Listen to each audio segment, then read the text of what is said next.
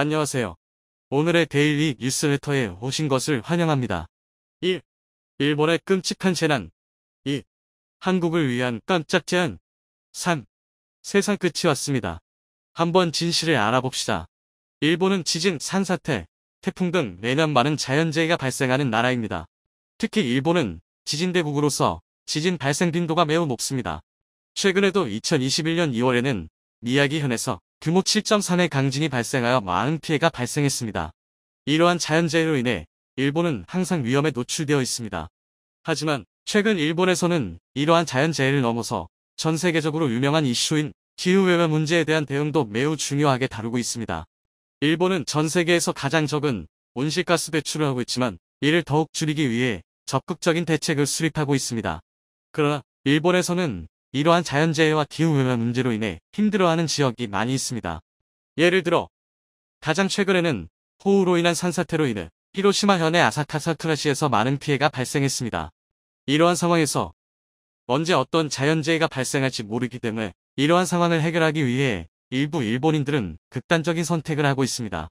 예를 들어 최근에는 일부 일본인들이 일본의 일부 지역을 한국에 팔아서 일본의 부채를 해결하자는 의견도 나오고 있습니다. 최근 홋카이도 인근에서 기현상이 잇따라 벌어졌습니다.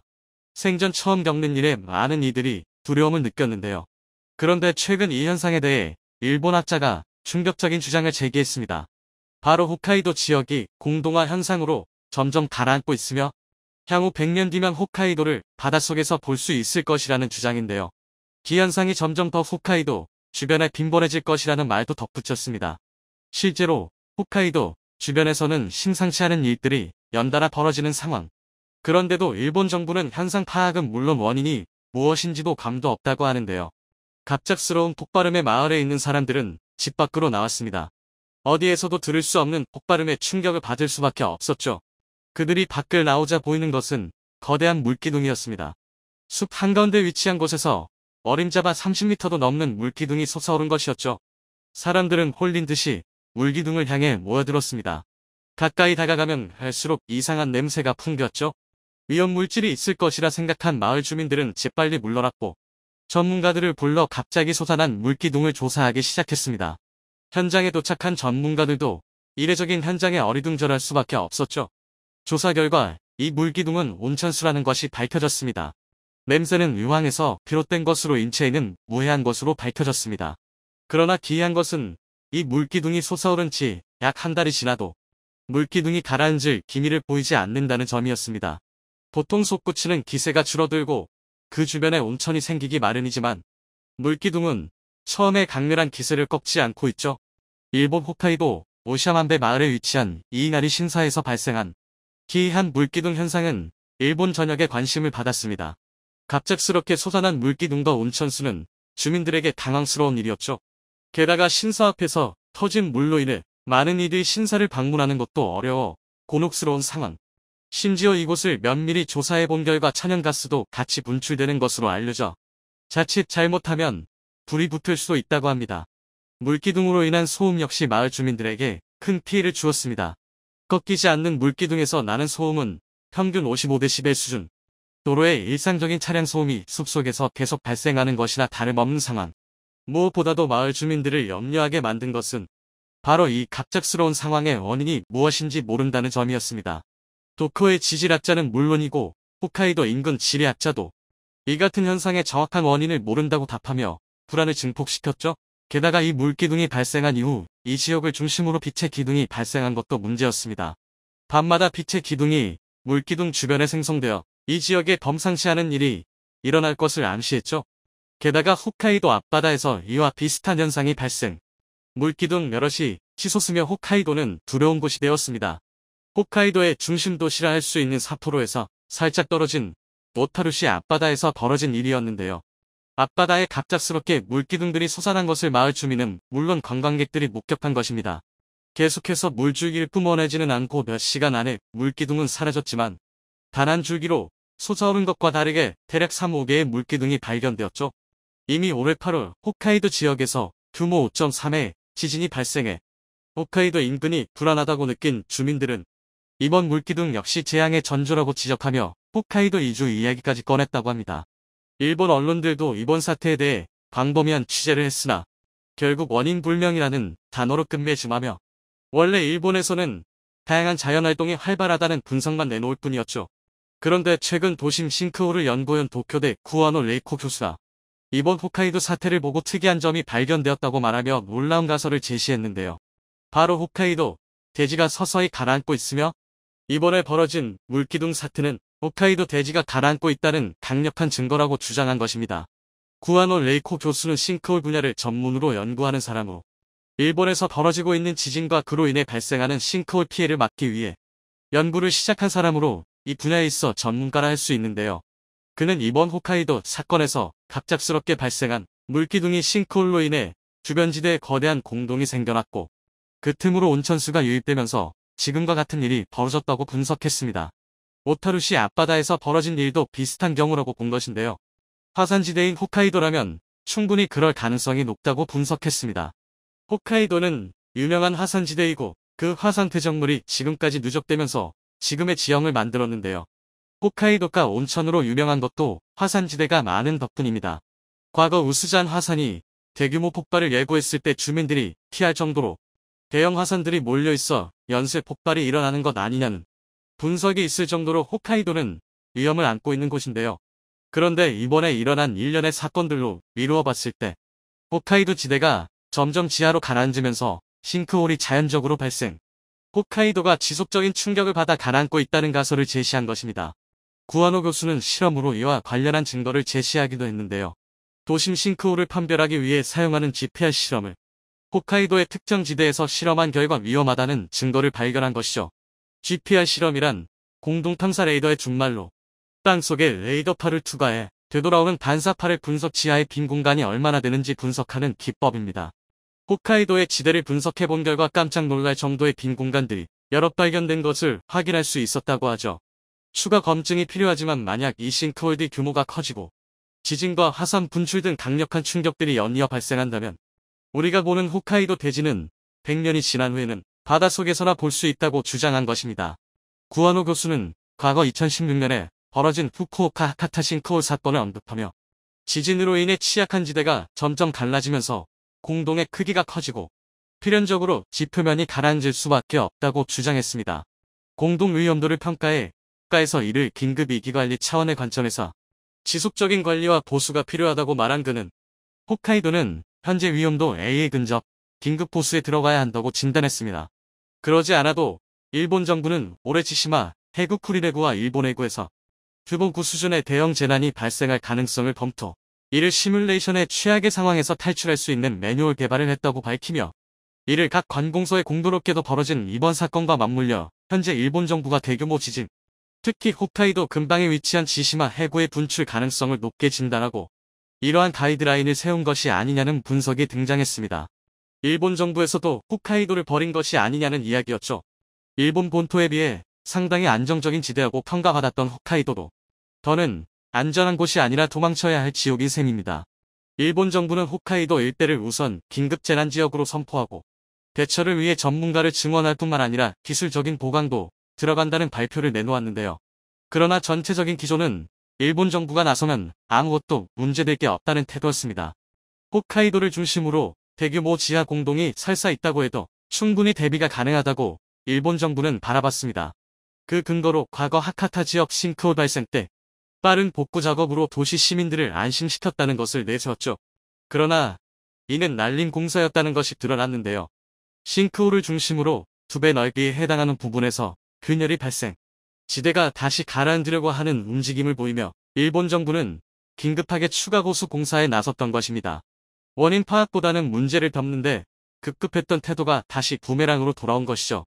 일본이 또한 내세우는 것은 바로 AI 기술 가와사키 지오로지컬 엔지니어링 K이 자랑하는 이 기술로 싱크홀 문제를 해결할 수 있다고 정부는 바라봤는데요. 사전에 싱크홀을 AI를 통해 발견하고 일본 정부가 이 지역의 원인을 조사, 지대 주변의 흙을 이용해 싱크홀을 매립하는 방법을 제시한 것입니다. 그러나 규모가 일정할 경우에만 가능한 기술일 뿐, 대규모 공동의 발생 시 이를 대체할 만한 방법이 없는 것이 현실입니다. 일본 정부가 자랑스럽게 내놓은 기술은 어디까지나 겉만 감쌀 뿐 실제 문제를 해결하는 기술이 아닌 것이죠. 기시다 후미오 총리 내각에 안심할 수 없는 재난 대비 태세도 홋카이도는 물론 일본 국민들의 불안을 잠재우지 못했습니다. 기시다 후미오 총리는 신종 코로나에 걸린 다음날 재택근무로 상황에 대비한다고 말을 꺼냈는데요. 기시다 총리는 재택근무에 들어갔지만 행동 방식이나 주변 내각을 대하는 태도는 바뀌지 않았습니다. 거대한 TV 화면 속 기시다를 실제 인간으로 여기는 행동에 많은 국민들은 관료들의 한심함을 질타했습니다. 디지털 후진국에 걸맞는 모습이라는 혹평은 물론이고 의전과 과거의 관습에 얽매인 일본 정부를 과연 믿을 수 있는지에 대해 국민들은 여전히 의심을 버리지 못하고 있죠. 이런 가운데 홋카이도 일대를 둘러싼 지진의 전조와 싱크홀 현상은 지금보다도 더 자주 발생할 가능성이 높아 향후 홋카이도 주민들의 안전은 더욱 위험해진 상황. 과연 일본은 전례 없이 닥쳐오는 홋카이도 침몰 상황에 제대로 된 대비를 할 수 있을까요? 잃어버린 우리의 땅. 북한에서 심상치 않은 움직임이 관측되었습니다. 그동안 움직임이 없었던 북한 공군에서 재정비 움직임이 일어난 것인데요. 미국에서도 이를 심상치 않게 지켜보는 가운데 대비해야 할 필요성이 제기된 것입니다. 이에 대비하고자 미국 싱크탱크에서 놀라운 제안을 했다고 하는데요. 한국에서 예전부터 꿈꿔왔던 북도 공군기지 계획안을 제시 이를 실천에 옮기자는 내용이라고 합니다. 이에 일본은 즉시 반발에 나섰다고 하는데요. 대체 미국이 제시한 북도 공군기지 계획이 무엇인지에 대해 지금부터 자세하게 설명해 드리겠습니다. 분명 그 전에 비해 길이가 늘어났어. 전문가는 과거 위성사진과 최근에 찍힌 사진을 비교하며 말을 이었는데요. 실제로 그의 말처럼 기지는 확장 공사를 거친 것이 분명했습니다. 누가 봐도 길어진 활주로는 북한이 무언가를 준비하고 있다는 것이 분명했죠. 지난 8월 미 전략국제문제연구소 시스는 북한 연구 프로그램 비욘드 패러렐을 통해 평안남도 순천 공군기지 일대 사진을 공개했습니다. 과거와 달라진 점은 바로 활주로였죠. 북한이 순천 공군기지 활주로를 300m 확장한 것입니다. 그 외에도 기지 전체적으로 규모를 늘리는 움직임이 벌어졌고 기지 주변에 새로 지어진 시설도 모습을 보이는 이례적일 정도로 공군기지 확충을 서두르는 모습을 보였습니다. 시시스는 기존 기지에 수용할 것으로 알려진 미그 기원은 별도로 신형 전투기를 순천 공군기지에 배치할 것이라 추측했습니다. 무게가 늘어난 전투기가 공중에 뜨기 위해선 활주로가 길어져야 하는데요. 시시스는 순천기지에 북한이 신형 전투기를 출격하기 위한 준비를 마친 것이라 본 것이죠. 순천 공군기지는 평양 방어를 맡고 있는 기지로 북한 공군이 보유한 전투기 중 가장 신형인 미그 29 전투기 40대가 있는 것으로 알려졌습니다. 북한 공군 가운데 최정예 부대인 제55비행연대가 주둔한 것으로도 알려졌죠. 2019년 무렵에는 KN-25초 대형 방사포를 이 부대에서 시험 발사하는 중요한 행사나 전략 기지로서 북한이 중요하게 여기는 장소입니다. 그런 만큼 이번 기지의 변화는 북한이 향후 전쟁을 위한 대비를 위해 미리 준비하고 있다고 바라보는 게 정확하죠. 그렇다면 북한이 들여올 것으로 예정된 신무기는 대체 어디에서 구입해 온 것일까요? 시시스는 구입처로 러시아를 지목했습니다. 안드레이 란코프 교수와 데이비드 맥스웰 선임 연구원은 러시아 전투기를 구입할 가능성이 높다고 바라봤습니다. 돈바스 지역의 인민공화국을 통해 유엔 제재를 피하는 방식으로 북한이 전투기 구입을 한 것으로 분석했죠. 그 밖에도 의주 비행장의 유지 보수를 위해 트럭이 의주 비행장 근처로 몰린 위성 사진을 확보하는가 하면 원산 바닷가에 위치한 달마 비행장 근처에 새로운 공군기지를 짓는 모습이 관측되기도 하는 모습을 보였는데요. 급작스러운 북한의 공군기지 재정비 움직임은 북한을 주시하던 미국을 당황하게 만들었습니다. 사실 북한의 공군병력은 없는 것이나 다름없는 수준인데요. 한국이 보유하고 있는 최첨단 공군병력은 물론이고 주일 미군 공군기지에서 운영하고 있는 F-35 부대들은 설사 중국 공군병력이 온다고 해도 충분히 막아낼 만큼 강력한 위력을 자랑합니다. 그래서 북한은 공군병력을 키우는 것에 집중하기보다 비대칭 전력인 미사일에 집착하며 강력한 화력을 추구하는 공군병력 확충과 시설 재정비에 크게 돈을 투자하지 않았는데요. 그런데 최근 들어 북한에서 공군병력에 돈을 쓰기 시작한 것이죠. 전략국제문제연구소는 탄도미사일을 통한 원격 공격과는 별개로 전투기를 사용한 다른 형태의 공격을 상정. 한반도 타격을 위해 북한이 이를 미리 준비하는 것이라 추측했는데요. 문제는 이렇게 되면 북한과 지근거리에 위치한 서울은 물론이고 주요 기지들이 북한의 공격에 의해 치명적인 타격을 입을 수 있다는 점입니다. 이에 최근 시시스는 보고서를 통해 놀라운 제안을 하게 됩니다. 날로 늘어나는 북한의 도발과 급작스러운 공격을 대비하기 위한 특별 공군기지가 필요하다는 내용을 쓴 것인데요. 조셉 버뮤데즈 연구원은 미국의 특수한 임무 수행을 위해 독도를 중심으로 공군기지를 건설, 한국과 손을 잡아 최신 전투기를 상주시켜 위협에 대응할 것을 주문합니다. 어디로 튈지 모르는 북한을 제압하기 위해 독도를 중심으로 무장할 필요성을 제시한 것이죠. 독도와 울릉도 주변은 군사 전략 면에서 매우 중요한 곳인데요. 동해 한가운데 위치한 곳으로 북한과 러시아, 일본 등 동해를 중심으로 군의 움직임을 한 번에 살필 수 있는 곳입니다. 게다가 기습적인 상대 국가의 움직임에 빠르게 반응할 수 있는 곳으로 이곳을 이용한다면 설사 외부의 침입이 있더라도 한국은 재빠르게 공군 부대를 출격해 긴급 상황에 대처할 수 있죠. 올해 8월 갑작스럽게 전략 폭격기를 출격한 러시아의 도발은 한국에게 동해 전략기지 필요성을 상기시켜주는 일이었습니다. 2020년에 이어 2년 만에 러시아는 Tu-95 전략 폭격기 2대를 출격, 한국 방공 식별구역 카디즈를 침범하는 짓을 저질렀습니다. 우크라이나 전쟁으로 인해 여력이 없을 것이라 생각한 것과 달리 러시아는 한미일지 프리덤 실드 유포 훈련을 견제하는 취지로 도발을 감행한 것입니다. 대한민국 공군은 즉각 F-16을 출격했지만 러시아는 빠르게 카디즈를 벗어나 러시아로 돌아갔는데요. 이때 당시에도 국회 차원에서 독도 기지에 대한 필요성이 제기되었습니다. 울릉도나 독도를 군사기지로 바꿀 수 있다면 러시아의 갑작스러운 도발은 물론이고 지속적으로 울릉도, 독도 주변을 돌며 무력 시위를 하는 일본의 야욕을 꺾을 수 있다는 주장이었죠. 그러나 한미일 공조를 원했던 미국의 반대로 인해 울릉도, 독도 주변에 기지를 세우는 일은 요원한 일이었습니다. 미군 역시 자국의 항공모함이나 오키나와에서 출격한 최신 전투기를 이용한 충분히 대비가 가능하다고 생각했죠. 그러나 건의 심상치 않은 움직임과 더불어 날이 갈수록 심해지는 중국과 러시아의 도발 양상 때문에 미국에서는 다른 생각을 하기에 이릅니다. 동해 주변에 상시 배치할 만한 군사기지의 필요성을 절감한 것이죠. CCS의 보고서는 이런 배경이 있었기에 나올 수 있었습니다. 현재 한국이 울릉도에 짓고 있는 울릉공항과 사동항은 군사용으로 사용하기에는 부적절하고 항모나 전투기가 상주할 만한 공간이 필요하다는 주장을 한 것인데요. 독도 주변에 인공 건축물을 짓거나 해양 플로트 기술을 활용해 충분한 활주로를 확보한 군사시설을 짓는 것을 CCS는 제안했습니다. 이에 미 태평양 공군사령부도 동의하는 모습을 보였는데요. F-35를 비롯해 주요 전략 자산을 운용하는 주위 미군은 한국까지 도달하는데 필요한 시간이 생각보다 걸린다고 주장하며 전략무기 운용을 위해 기지의 필요성을 주장했습니다. 우크라이나 전쟁 때문에 미국이 CCS 보고서 내용에 대해 직접적인 평가나 어떠한 의견을 제시하진 않았지만 이 내용이 공개가 되자 일본에서는 분노를 감추지 못했습니다. 지속적으로 독도가 일본 땅이라는 주장을 버리지 않았던 일본 입장에서는 CCS의 보고서는 인정할 수 없는 내용이었습니다. 간접적으로 미국이 독도의 주인을 한국이라고 인정한 것이라 해석할 수 있기 때문이죠. 일본은 지속적으로 독도 영유권을 포기하지 않았습니다. 이는 작년 독도 방어 훈련에 일본이 보인 과민 반응을 통해 알 수 있는데요. 일본 외무성은 작년 12월 독도 방어 훈련에 대해 항의와 유감의 뜻을 전한 바 있습니다. 후나코시 다케이로 아시아 대양주국장은 한국의 훈련에 대해 다케시마는 역사적 사실에 비춰봐도 국제법상으로 명백히 일본 고의 영토이므로 이를 받아들일 수 없다는 발언을 한 것이죠.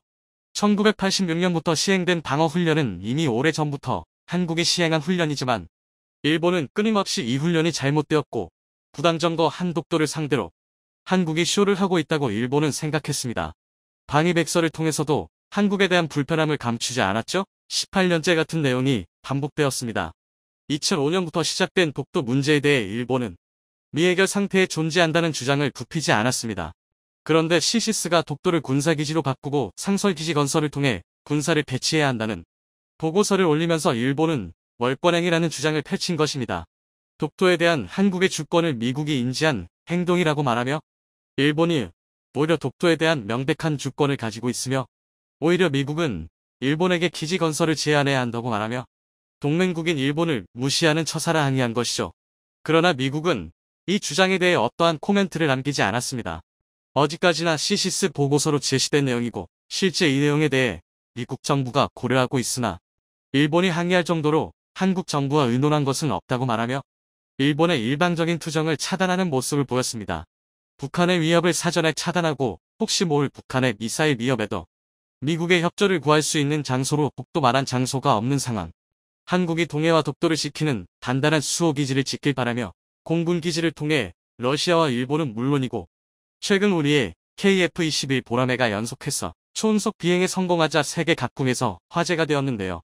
세계 군사정보 커뮤니티에서는 KF-21 전투기의 초음속 비행에 관한 이야기가 연일 화제를 일으키고 있으며 엔진 자체 개발과 부품 국산화에 대해서도 놀랍다는 반응이 주를 이루고 있습니다. 이 같은 반응에 미국의 군사 매체인 글로벌 파이어 파워는 군사 전문가들을 상대로 현재 개발 중인 전투기 중에 미래 전력의 불균형을 가져올 만한 차세대 전투기를 주제로 순위 조사를 하였는데요. 그런데 놀랍게도 생각지도 못한 결과가 나와 화제입니다. 전투기의 자체 성능과 최첨단 기술이 결합된 항전, 장비 등 구체적인 세부 등급을 나누어 각종 순위를 종합한 결과 당당히 KF-21이 가장 많은 점수를 받았습니다. 하지만 경쟁 후보들이 중국의 J-35, 터키의 TFX, 인도네시아의 122 등으로 빈약한 후보들이었습니다. 사실 비교 대상들이 F-35나 Su-57, 라팔 등과 같은 대상들이 없어서 아쉬운 조사라고 평가되는데요. 아무튼 해외 군 전문가들이 KF-21 보라매에게 가장 많은 점수를 부여하게 된 이유로는 대략 다음과 같았습니다. 한국은 독자적 기술력을 바탕으로 개발 속도가 빠르며 성공 여부를 공개적으로 진행하여 신뢰감과 기대치가 높다는 점입니다. 터키의 TFX 같은 경우 영국의 배사와 롤스로이스의 기술 협력을 받아 개발이 진행 중인데요. 개발 진행 속도가 KF-21 보라매와 비교한다면 상당히 더딘 것으로 알려지고 있습니다. 작년에 공개한 TFX는 배선이나 유압 관로 등이 전혀 설치되지 않은 모습이었습니다. 비슷한 개발 시기에 KF-21은 독자적인 기술로 내부 장비까지 설계가 완료되어 제작하던 모습과 비교해봤을 땐 상당히 느리다는 걸 알 수 있습니다. 그리고 신뢰감이 높다는 점은 중국과 비교한 것으로 보이는데요.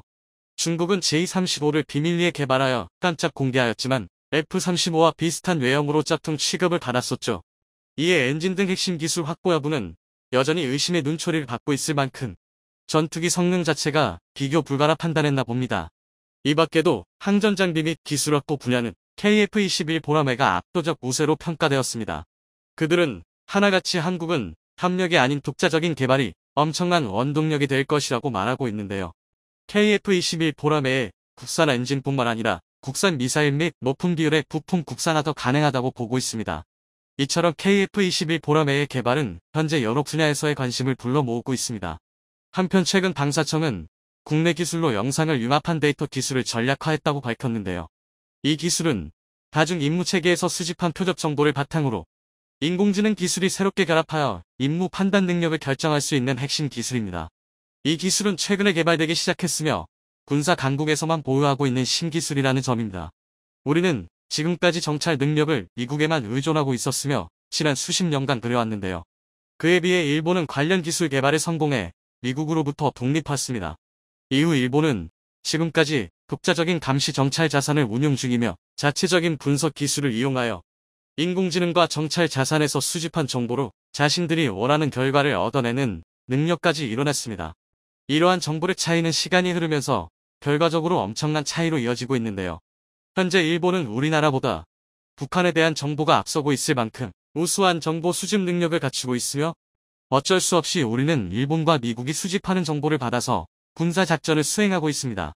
그래서 최근 들어 정보전에서 능력을 높이는 것이 중요한 화두로 떠올랐으며 국방부는 일본과 미국에 대한 정보 의존을 낮추기 위해 노력해 왔었으며 최근 우크라이나 전쟁에서 미국의 감시 정보를 바탕으로 분리했던 상황을 유리하게 역전한 것을 보면 현대전에서 정찰 영상 정보를 정확하게 수집하고 가공하여 원하는 정보를 찾을 수 있는 분석 능력이 매우 중요해졌다는 것을 알 수 있습니다. 이처럼 정보전에서 우위를 차지하기 위해서는 데이터 퓨전 기술이 확보되어야 했으며 이 기술을 확보하기 위해 방위사업청은 총 700억 원을 투자하여 데이터 표준 기본형을 개발해 전략화하는 데 성공했습니다. 이로써 적을 파악하고 모든 수단을 동원할 수 있는 효과적인 표적, 타격 작전 지원 능력을 확보하게 되었습니다. 하지만 우리의 기술 능력은 이제 막걸음말을 뗀 수준이라서 만족하기에는 이른 수준입니다.